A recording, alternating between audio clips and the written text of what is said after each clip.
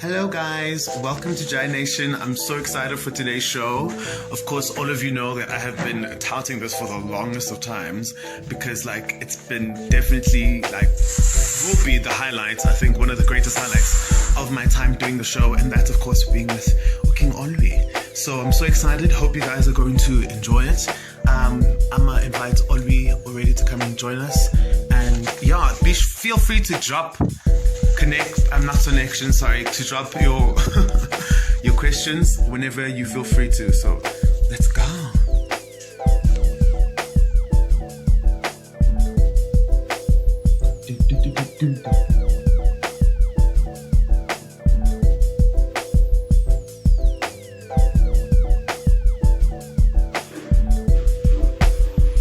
Hey Olwee.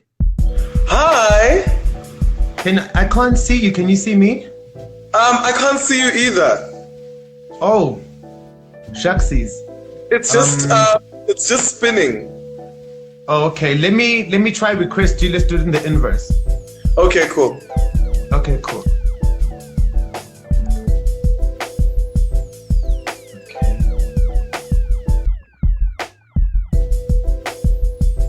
Hopefully it works this way, guys. Do you guys like my hair? I kept it from yesterday. I thought it looked cute. Hi. Hey! Happy Pride! Happy Pride, man! Ujan. Today's Pride. Today is Global Pride. Oh, really? Yes, it's Global Pride. Oh. God, today is Global Pride. That's why we have the Pride icon. Did you notice the Pride icon on Instagram? I did. I was wondering how you guys are getting that. So when you click on that, you can see everything that's happening through hashtags, through posts on Pride, on Pride today in South Africa. If people post there's a sticker that they're all posting with. So yeah. Happy Pride! It's Global Pride, so everyone in the world is proud today. Oh wow! Happy Pride! Ching! I'm posing in my heart, you know. with the pink drink, babes. But I mean, your hair is there. Your hair came to the party. My hair knew. So, your hair came to the party. So, if not, why not? Why not? Why not? Otherwise, Ujani, are you good? I'm very good, darling. How are you? I'm doing great. It's been a very long week, but I'm excited, because now Pride's gonna, come to an end now. And well, I'm going for a walk in Maboneng today. Yes. As soon as I get off this call, I'm going for a walk in Maboneng. I need to see the world. Corona.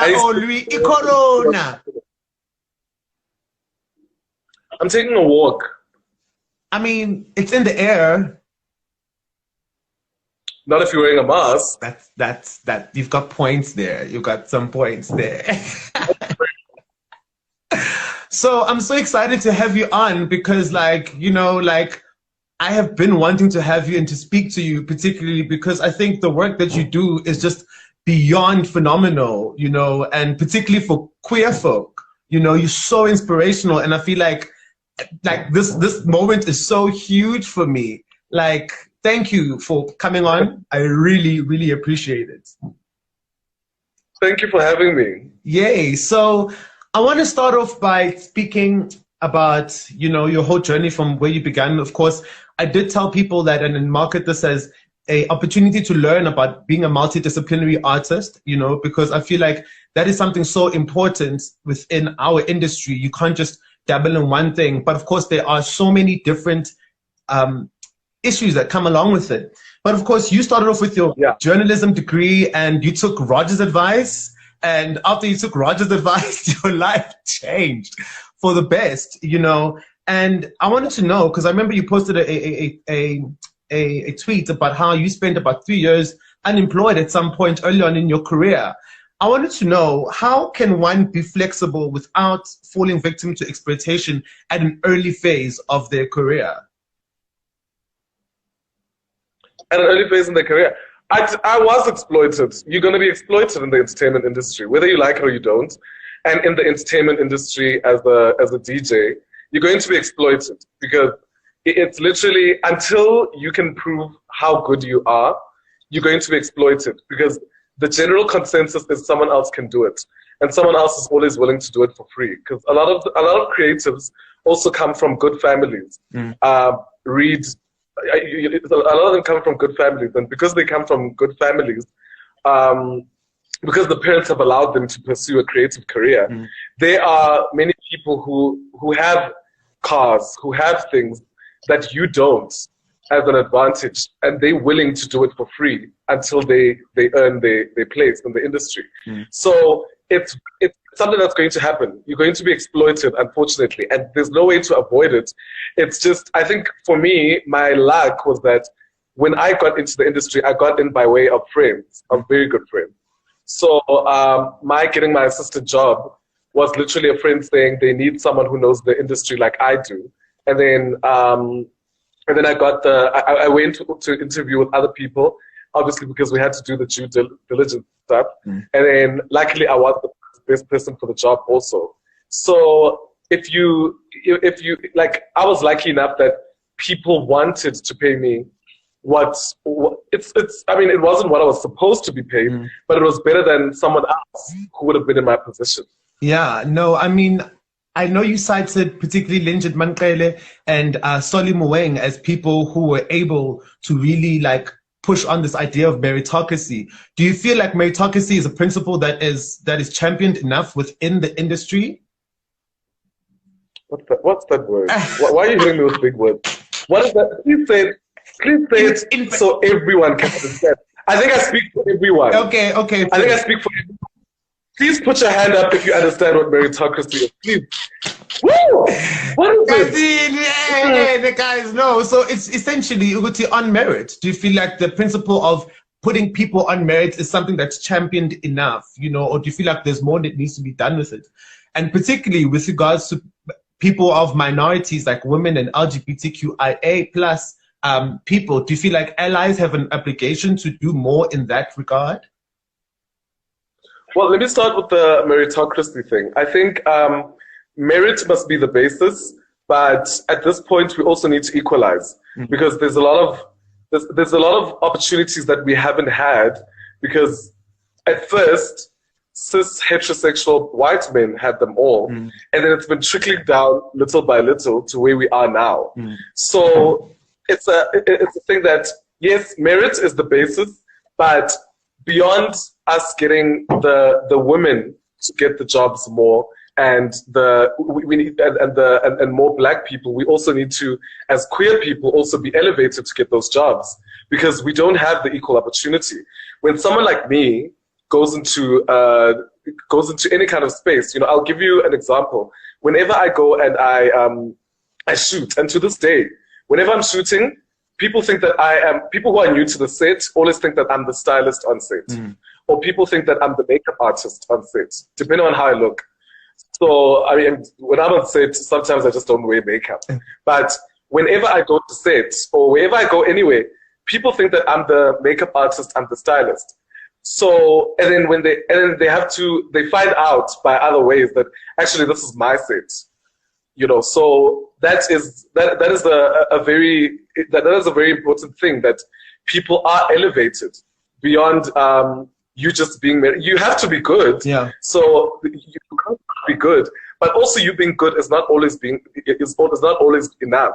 You have to be elevated by other things, or by other people as well, who are then going to, as much as they say, let's push women forward who are as good, let's push LGBTQI people forward as much as we should, because there are a lot of people even in the entertainment industry who aren't openly gay, who are really awesome at what they do, and they're getting those jobs simply because they're hiding. But what of the people who are walking around like you and I? Yeah. And you can see us. I've got the talent, but so those positions should be open. It should be a conversation that is had there that, we actually need, of the 3 TV presenters we have, of the 3 radio DJs we have, of the 3, of the crew, of the cameramen, of everyone, we should have someone who is good, but also in the LGBTI community, because those people are there. They grow up with them. No, people must stop lying and saying they don't know gay people growing up. Yeah, y'all knew kinds of LGBTI. Square everywhere we go, and that's just the reality of it, you know. And you know, actually, yeah, exactly. Speaking of growing up, you know, so you were born at Diepkloof and then obviously worked your way up. And could you mind sharing how life was like being a young queer kid in DK and growing up into varsity and self-actualizing? How was that experience for you?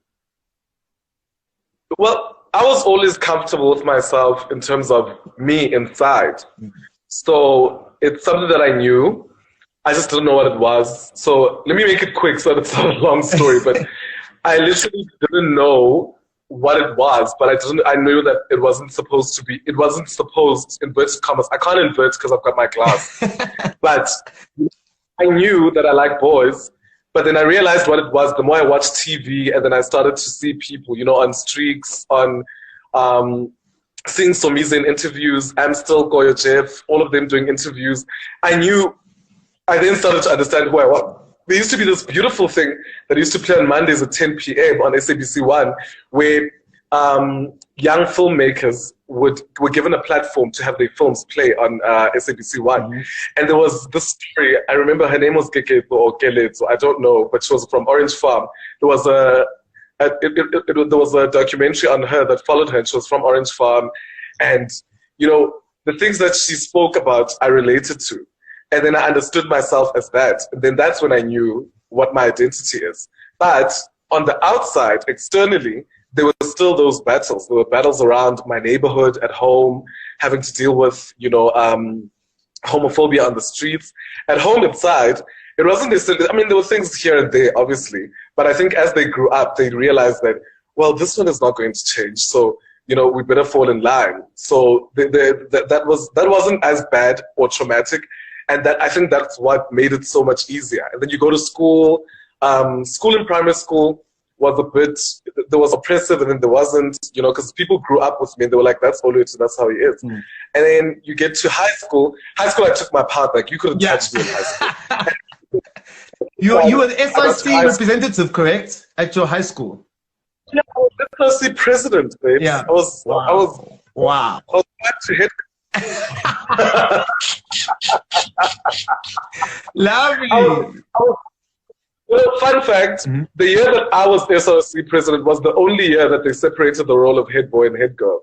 And then it went back to normal the year after. So basically I was head boy. According to the Gauteng thingy, I was actually head boy. They just robbed me. Oh, wow. But it was high school, literally, I got there from the gate, literally, at the gate. I walked into the gate, and then they were like, grade 8, this way. So we all had to hold hands, and we're working in. But the matric girls were like, when he has cars. When he has cars. And like from there, I was like, was Womxn.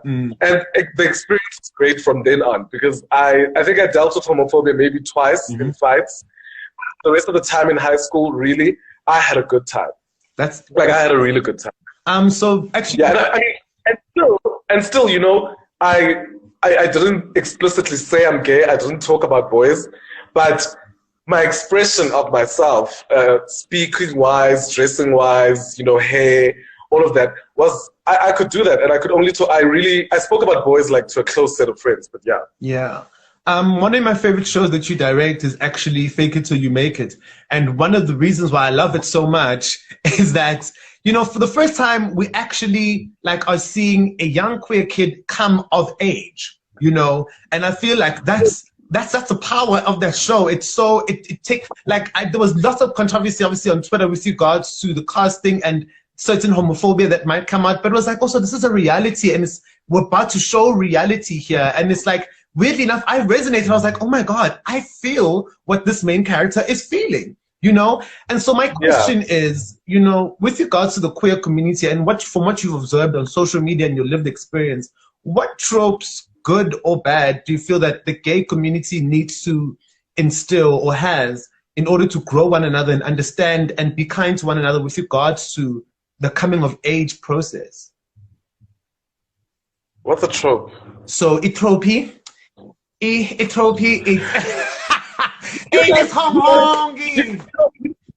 have such a problem with these big words on social media, because how are people going to learn anything when you guys use such big words? Okay. Like, if you look at me, I would use simple words. How are you gonna get? What's the trope? Come, what's the trope? Okay. I really don't know what. Okay. I've seen it. I've never looked it up because I've never been like thingy. It sounds like a stereotype. Yeah, it's more like what patterns of behavior, patterns of behavior that are seen amongst the queer community, really, in that aspect. Does that make sense? Yeah. I think I think it's a different position to be in. So it's a very difficult position to be in because you have someone like me who didn't grow up seeing someone come of age. So I experienced it myself. Yeah. And then there's someone like you who only got to see Lasizwe at a late development stage, but still it's a development stage that is younger than what you've seen ever. Yeah. And now at least, you know, they're starting to sort of have it in TV shows. But I think there's no way to control it. We're in a unique space where there's people like you guys. There's Nguli, who just asked, what kind of school did I go to? I went to Greenside High School. It was actually co-ed, but people just liked me. I mean, I'm a vibe. Yeah. As you should know. A festival. So I think the great thing was, I think that the thing is, it's such a trial and error thing. We're never going to have it perfectly until there's a point where representation is satisfactory to all of us. So, there's no right way to do it. I just think that up to us who are now getting into the spaces to really create media that is able to show those kinds of things. I remember the youngest representation of a gay person that I've ever seen was on Will and Grace, when there was a child on Will and Grace with Jack. It was one episode, and he wasn't positioned as gay, but he was positioned as a young Jack. Yeah. And that's something I saw as a teenager. And it was fun to see because I was like, and I would watch it and be like, that was me when I was younger. And that got me excited. So it's something that we are doing as a trial and error, but I think what we need to do is keep being visible and keep showing kids that it's okay to be yourself. And it's especially, you know, when you get to kids at someone's house and the child is like, is he a boy or a girl? Is Uncle Olwee a girl or a boy? And instead of being mad and saying, why aren't you teaching your kids or whatever? No, it's because the child has been socialized. Yeah. So what I'm here to do is that when a child is doing that, the child is not asking in a malicious way. It's because, why is this person breaking a stereotype that I understand? I understand that someone with braids is a girl. And why is it all of a sudden that Uncle Olwee has a deep voice? Uncle Olwee is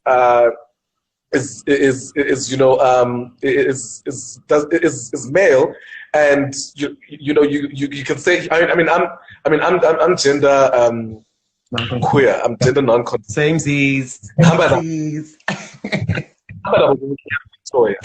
So I just enjoy. You can say she, you can say he, you can say anything you want. Yeah. But also that's something I realized only recently. And it's something that is also because of younger people. So can you imagine younger people are what are teaching me as an older person that actually you don't have to sit in a particular side. But that's the nice thing that I like also about social media, is that children are now having access to people that they want to be, and they can grow up to be anything they really want to be. And also just understanding, because we don't all have the answers, but we're getting them. Yeah. The more we go. So I feel like kids should just, what we should be doing is just by being ourselves, we're teaching, and we just continue and we teach, because the younger we are, the younger the people that are closer to us.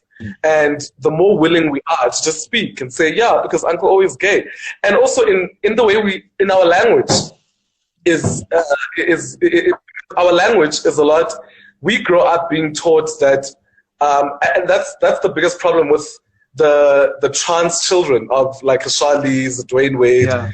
The way that people are speaking about it is that, how do you know that that child is trans? Because for them, they think that someone who's trans wants to be the opposite sex so that they can date the opposite sex. Yeah. So do you get what I'm saying? Is that they still think that people who are, if like someone is a trans man, they essentially want to be trans so that they can date date women without being judged for being lesbian, so-called. But a trans man can be gay. Yeah. So you see, so a trans man can be gay. That's where it gets tricky, because like Caitlyn has said that she won't stop dating women. Yeah. She's just a woman who's dating women, so she's lesbian. And that's what people don't understand, is that they think they like to frame what we're doing as a thing that has to do with sex, and it's not just sex, it's feelings. You remember very well having a crush on a boy when you were younger, but you couldn't say it because you weren't allowed to. So that's the position that a lot of us are in. That is it. But the way that it's been framed in studies, on TV, and everything that everyone talks about is that it's a sexual thing. It has to do with what we want to do. Yeah. You know, who you want to spend the rest of your life with, who you want to kiss, who you want to have conversations with, who you want to walk with to the shops on a particular day. You know, you remember when you were a child and you're watching like someone, a kachwa, what's the word in English? Getting walked to the shops by their boyfriend, or a girl who would have the boyfriend come by and whistle outside. And then you would, oh my gosh, I want to do that. And then they'd be walking, or they'd be standing at the corner and they're talking. And it wasn't sexualized. It was like, these people like each other, and they're standing at the corner and they're having conversations. And those little conversations that people have on Mixer that we couldn't have because we didn't have those opportunities to have them. And that is the problem. Like Nkuli says, queer hypersexualization is that why is it made into a feeling? Yeah. And that's what it is. It's a feeling. And you know, and also it's differentiated from transness, because transness is a thingy. It's a gender, but there's still the feeling that you have afterward. So, and it's things that I'm learning as well. Yeah. I really, I mean, honestly, I didn't understand transness until recently, as I was older, and not in the. I didn't know how to deal with it, and I didn't know how to how not to be offensive, and I didn't know how to be in a trans space until the more I read about it, the more I saw, and then I was like, we're actually the same people. We've had the same struggles. It's just that this struggle is now more out there than mine was at the time. So I'm wrong for the way that I think about it and the way that I talk about it with my friends, the way that I've spoken to particular trans people, and I understand that it's become a thing of you have to just to constantly open your eyes and just really look at yourself and how things were for you, and then imagine that someone else is the same.